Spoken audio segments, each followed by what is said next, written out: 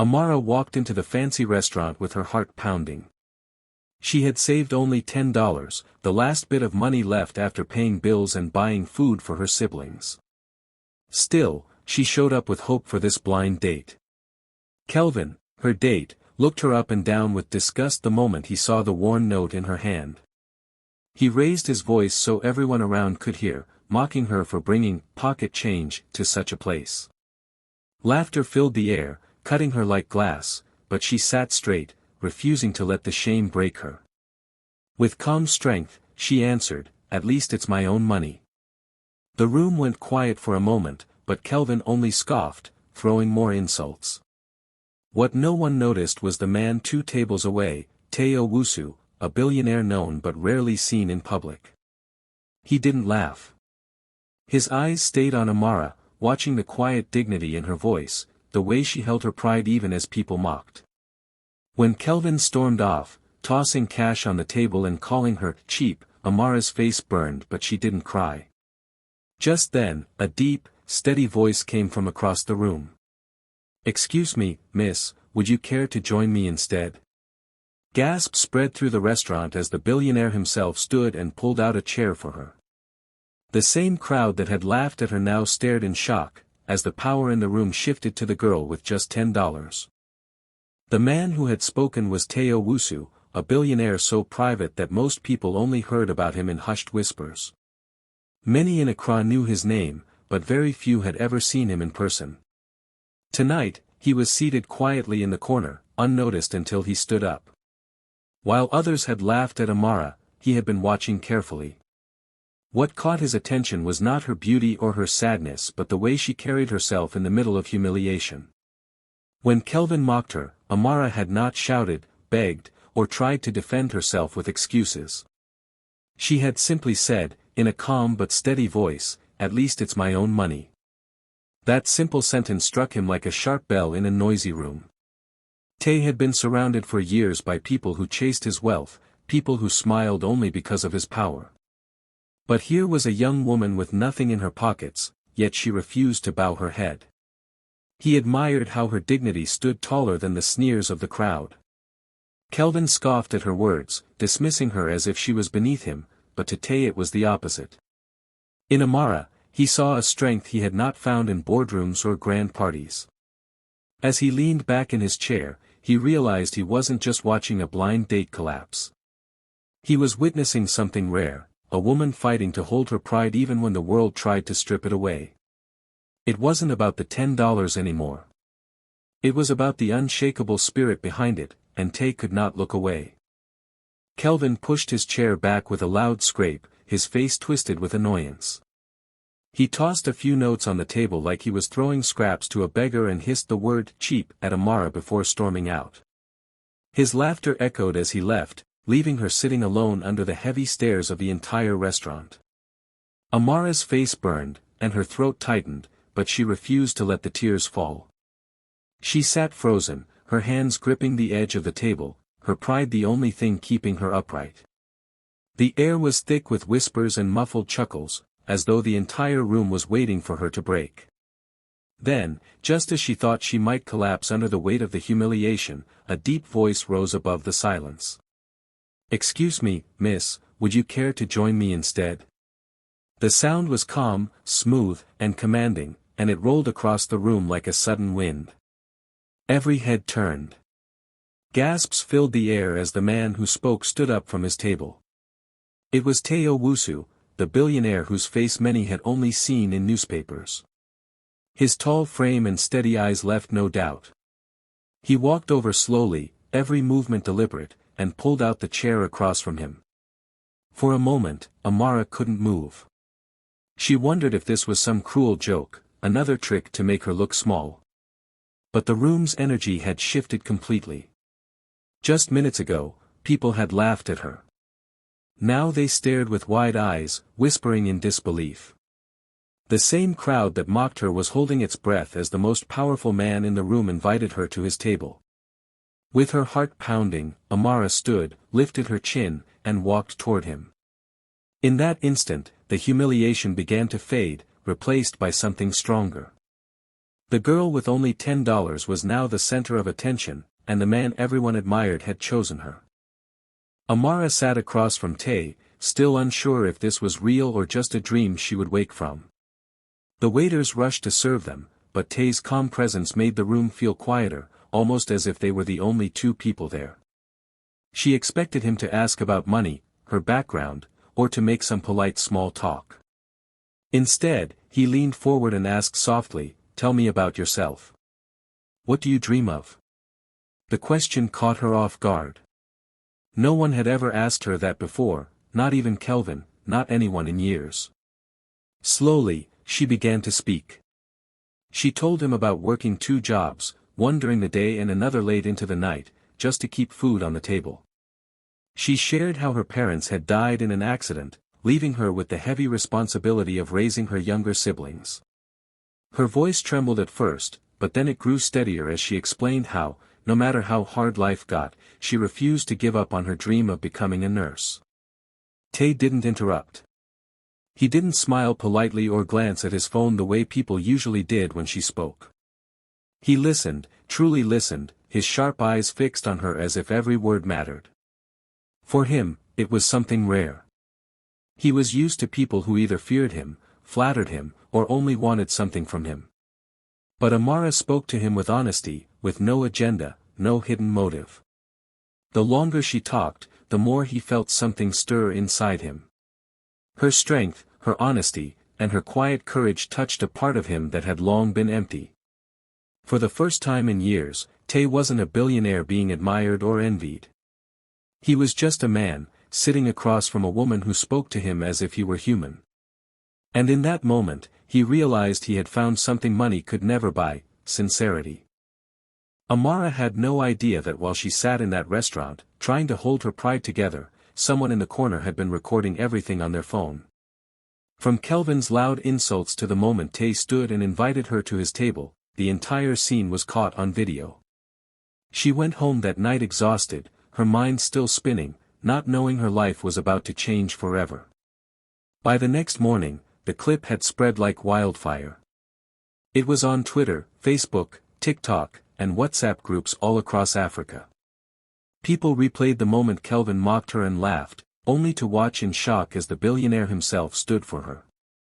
The contrast was too powerful to ignore. Hashtags like hashtag $10 Queen and hashtag Billionaire Table Turn shot to the top of the trends list. Overnight, Amara became a symbol of strength, the girl who had been humiliated yet refused to lose her dignity. Her phone buzzed non-stop with messages. Strangers sent her words of encouragement, praising her courage and calling her the girl who kept her head high. Some said she reminded them to never be ashamed of their struggles. Others wrote that her calm words, "At least it's my own money," had touched their hearts more than any speech could. Amara sat staring at her phone in disbelief. She had gone to that date with only $10, expecting nothing but a simple evening. Now the world was talking about her. She was trending, not because of shame, but because she showed pride and honesty when it mattered most. The humiliation had turned into something else entirely, a viral moment of unexpected power. When Kelvin saw Amara's name everywhere online, his stomach twisted with regret. The same girl he had mocked in front of everyone was now being praised across Africa. People were calling her strong, brave, and dignified, while his own name was being dragged through the mud. Strangers called him shallow and cruel. At first, he ignored it, thinking the noise would fade. But when the video kept spreading and Amara was trending for days, he decided to return. He showed up with a fake smile and soft voice, pretending to care. He told Amara he had only been testing her that night, that he wanted to see if she was real. He begged for another chance, acting as though he had made a small mistake. But Amara's eyes were clear now. She saw through every word, every excuse. The same man who had called her cheap in front of strangers was now crawling back because the world had turned against him. When begging failed, Kelvin grew bitter. He reached out to a gossip blogger, hoping to twist the story in his favor. He planned to make Amara look like a liar, claiming she set him up for attention. But before his lies could spread, one phone call ended it all. Tay's legal team stepped in quietly but firmly, warning the blogger and Kelvin that any false story would end in court. The story was buried before it even began. The more Kelvin tried to claw his way back into the spotlight, the more people mocked him. His name became a symbol of arrogance and disgrace, while Amara's respect only grew. Each move he made to save himself pushed him deeper into shame. The man who once laughed at her in a crowded restaurant was now the one being laughed at by the entire world. Tay had been kind to Amara in public, but deep down, he was also careful. His life had been filled with people who only came close because of his money. Everywhere he went, he was surrounded by gold diggers, fake friends, and people who praised him just to get something from him. That was why Amara's calm honesty had caught his attention so deeply. She did not try to impress him. She did not ask for anything. She carried herself with quiet strength, even when she had nothing but $10 in her hand. Still, before he allowed her fully into his world, Tay needed to be sure. One weekend, he invited her to his estate in Kumasi. Amara expected a huge mansion, and it was, but what surprised her most were the things hidden behind the walls. She saw schools he funded for poor children, clinics he built in villages, and shelters he supported for women and orphans. None of this had ever been in the news. Tay had done it all in silence, without showing off. Amara walked through the estate in awe, realizing that this man who seemed distant to the world was quietly carrying the burdens of many. Later, as they sat in his study, Tay looked at her seriously. "I am starting a new foundation," he said, his voice calm but firm. "I want someone real to help me run it. Someone who understands struggle, someone who cares more about people than status. Amara, will you join me?" Her heart raced. She froze, unsure if she had heard him right. Was this real?